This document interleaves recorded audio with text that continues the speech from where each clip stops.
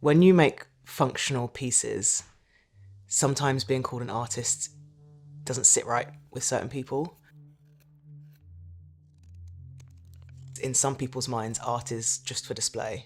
You don't touch it. So because I like my pieces to be interacted with, I want them to be touched, I want them to be picked up and used, it's often seen as not art. I'm quite a tactile person, so I want to be able to touch everything. I've always just wanted to make things that can be used. There's something in me that wants to make pieces that elevate your sort of everyday experience. And if it's just a really ordinary object that I get to make in a really beautiful way that you can use every day, that's more special.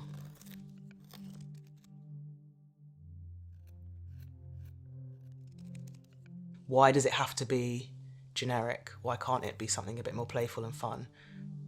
And it's sort of trying to break the idea of what a certain object has to be.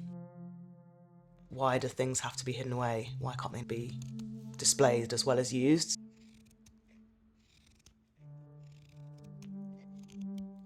You know, paintings hidden behind glass, there's a kind of a barrier there, or things that are on a plinth on display high up on a shelf. I don't know, it's just bringing things closer. Rather than making this thing that then just collects dust on a shelf, I want it to be used. We can do so many small things every day to make things nicer and better, so why wouldn't you do it?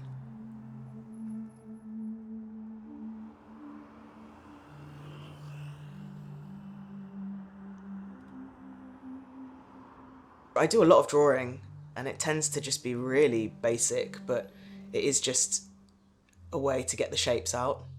They're quite sort of nature inspired, I guess they're quite pebbly. I draw really quickly. I try not to overthink it.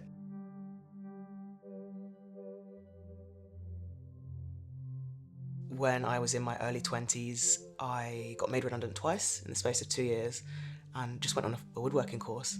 And it was in the woods, it was really peaceful, and I made something within a day I could use and I would have forever. And I don't know why, but something just kind of clicked. It was quite quick getting from the raw material to the finished product, and I really liked that.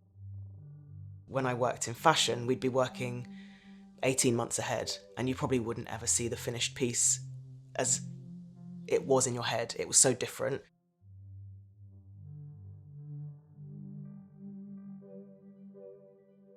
I want the things I make to be playful and fun and bring back that kind of childish nature in people. I don't know, I think we just kind of lose that sort of sense of playfulness as we get older.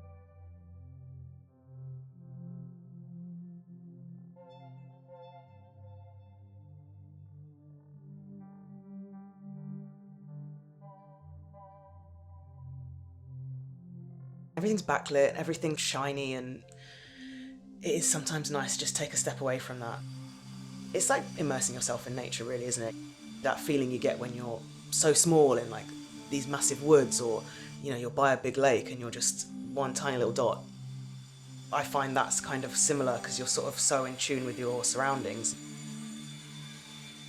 The wood does often dictate how the piece comes out, but I think it's more learning how to get it how I want it, and so working with it rather than against it.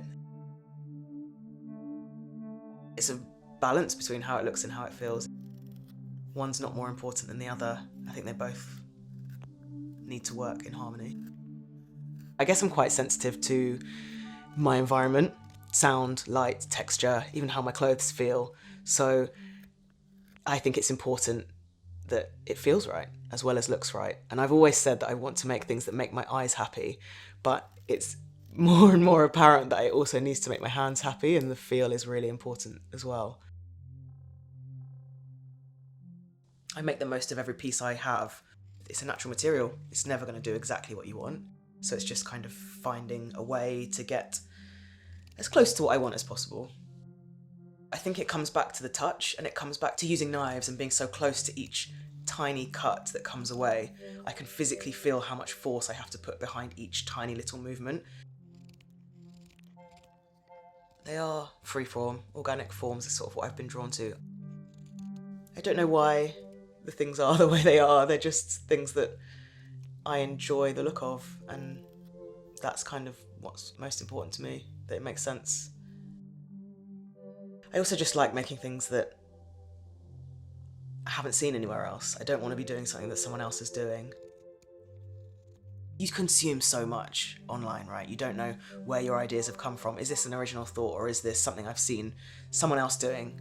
It's really difficult to grow as an artist and grow as a designer when there's so much around you. So it's sort of trying to go back to basics and make what I just really like and develop that way. Last year was quite tough. I really struggled with what I was doing, and I really fell out of love with it. And then I had an accident where I injured my hand, and not being able to work made me really fall in love with it again.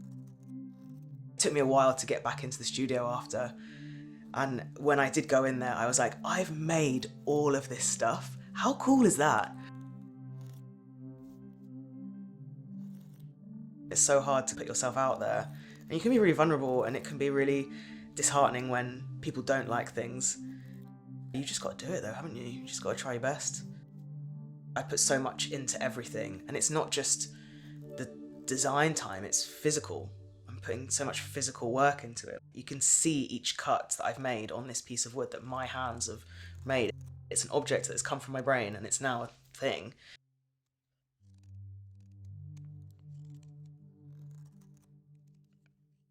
It's hard being an artist and selling luxury goods when people can't afford to pay their bills, people can't afford to eat. It's really difficult, and it's a really challenging time.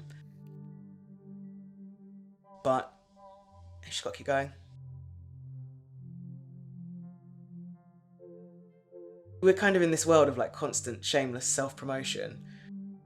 But actually you should celebrate the wins, and you should be proud of the things you've done. And yeah, it might be gross and weird, but it's just me. I'm just in there on my own all day, and if I don't do it, then if I don't believe in it, and if I don't value what I'm doing, then what am I doing it for? Got to do your best. Take things slow.